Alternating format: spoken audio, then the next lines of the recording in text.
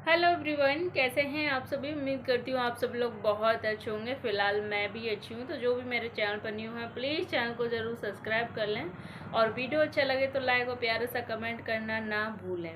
अभी मैं यहाँ पे बात कर रही हूँ अंशु के बारे में। जैसे कि आज आप सबने अंशु का वीडियो देख ही लिया होगा। कल का तो वीडियो उसका मैंने नहीं देखा बट आज वाला देखा, जिस आज वाले में भी अंशु ने फिर से पोक किया है।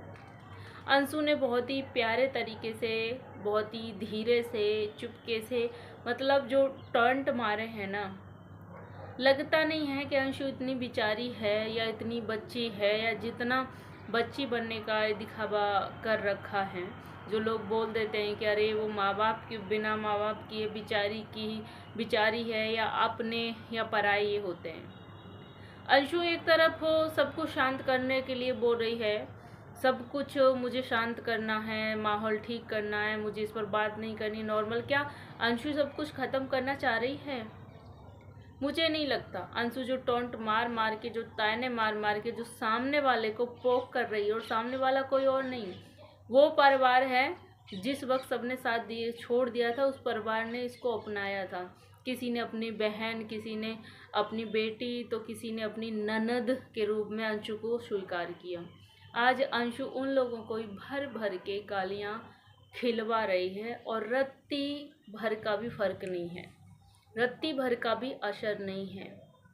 जब बात अपने मरे हुए माँ बाप पर आई, अपनी माँ पर आई, तो अंशु को बहुत बुरा लगा, बहुत बुरा लगा। फटाक से वीडियो में बोल दिया कि उन लोगों की कोई गलती नहीं है, उन लोगों के लिए क्यों बोल रहे हैं, उन लोगों के लिए ऐसा क्यों कर रहे हैं जो मेरी माँ नहीं है। क्या दूसरी तुम्हारी माँ नहीं है?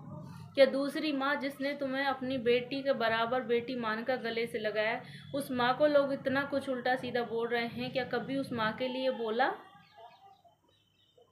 वो भैया भाभी, जो भैया भाभी आपकी वजह से ट्रोल हो रहे हैं, उनकी पार्टी का कितना छीछा लेदड़ कर दिया गया आपकी वजह से। अंबाला में ये हुआ, अंबाला में वो हुआ। आप देखना, अक्सर जो भी नेगेटिव कमेंट है अंशु के, उन पर लाइक मिलते हैं।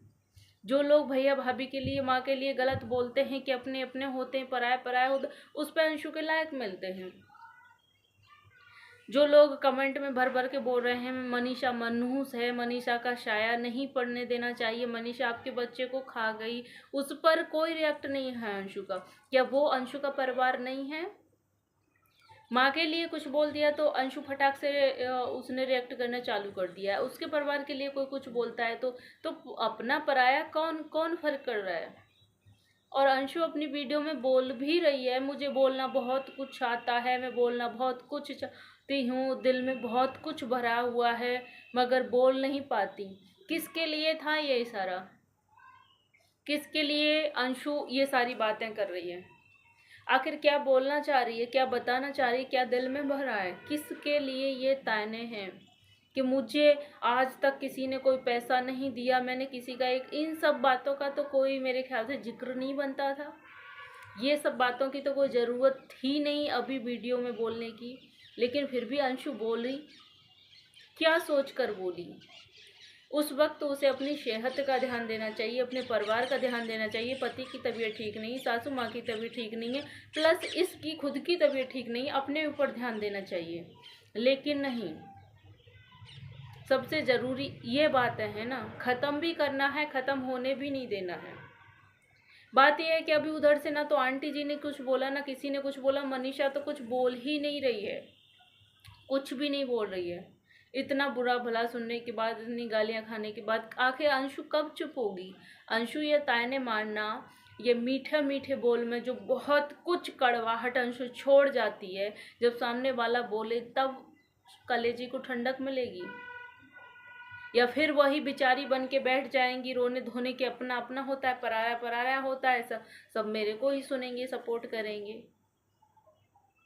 जिन लोगों को, जो इनके मायके वालों को हमने कभी देखा नहीं, इनके मामा को, इनकी मामी को, इनकी मासी को, जिनका कोई जिक्र नहीं, जिन्होंने इनके लिए कभी कुछ किया नहीं, वो सब अंशु के लिए अच्छे हैं।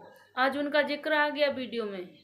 मामा मामी से कोई शिकायत नहीं, मौसी से कोई शिकायत नहीं, कि सब अपनी अपनी लाइफ में सेटल हैं, सब अच्छे से रह रहे हैं, उनको कोई वो नहीं है।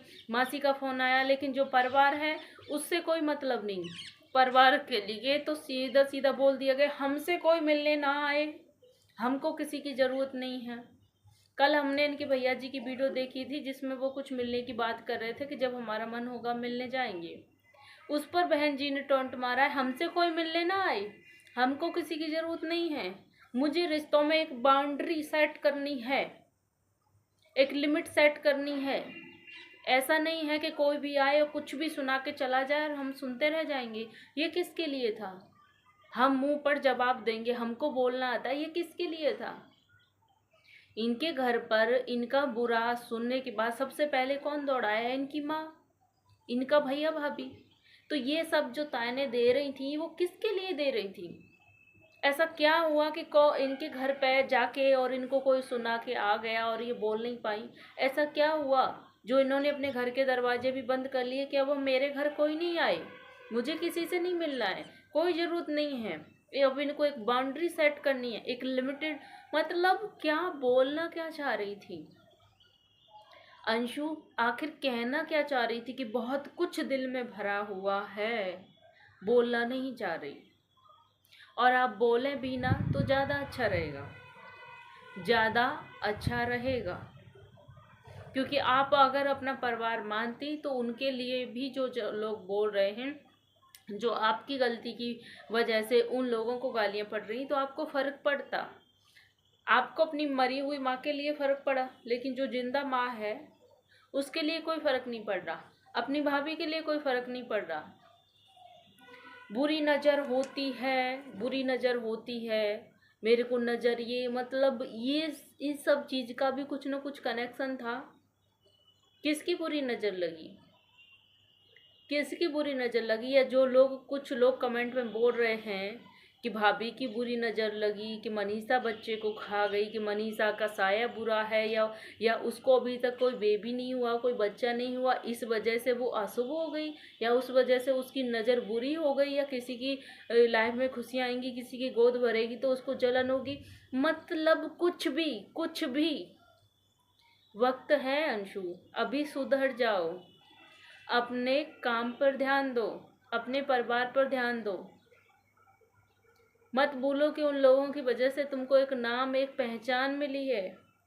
वो लोग शांत हैं, लेकिन अंशु का शायद जो टॉन्ट मारना, जो ताने मारना, जो चुपके चुपके से, जो प्यार प्यार से जो अंशु बहुत कुछ सरका दे रही है, शायद इस बुरे वक्त का वो फ़ायदा उठा रही है।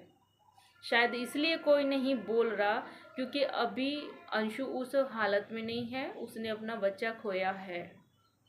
इसलिए अभी भी सभी लोग अंशु को नहीं, क्योंकि अगर कोई कुछ बोलेगा तो फिर से यही होगा कि यार वो ऐसी है, वो परेशान है, वो इस समय ऐसी परिस्थिति में उसको कुछ बोल रहे हैं। लेकिन पहले आपको भी शांत होना पड़ेगा ना।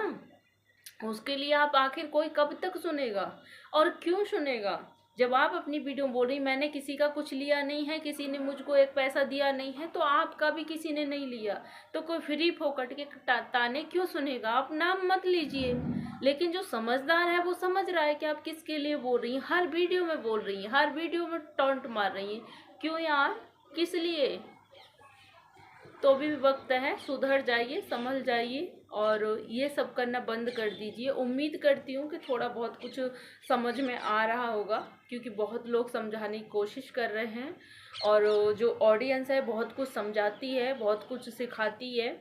शायद उन कमेंट पर ध्यान नहीं जाता कि ऑडियंस हमको क्या समझा रही। जो लोग गलत करते सिखा रहे हैं या समझा रहे हैं, उन पर बहुत जल्दी ध्यान जाता है। तो चलिए फिर आज का वीडियो मैं यहीं पे एंड करती हूँ। वीडियो अच्छा लगा हो तो प्लीज़ लाइक करिएगा, जो भी चैनल पर नहीं हो चैनल को सब्सक्राइब कर देना।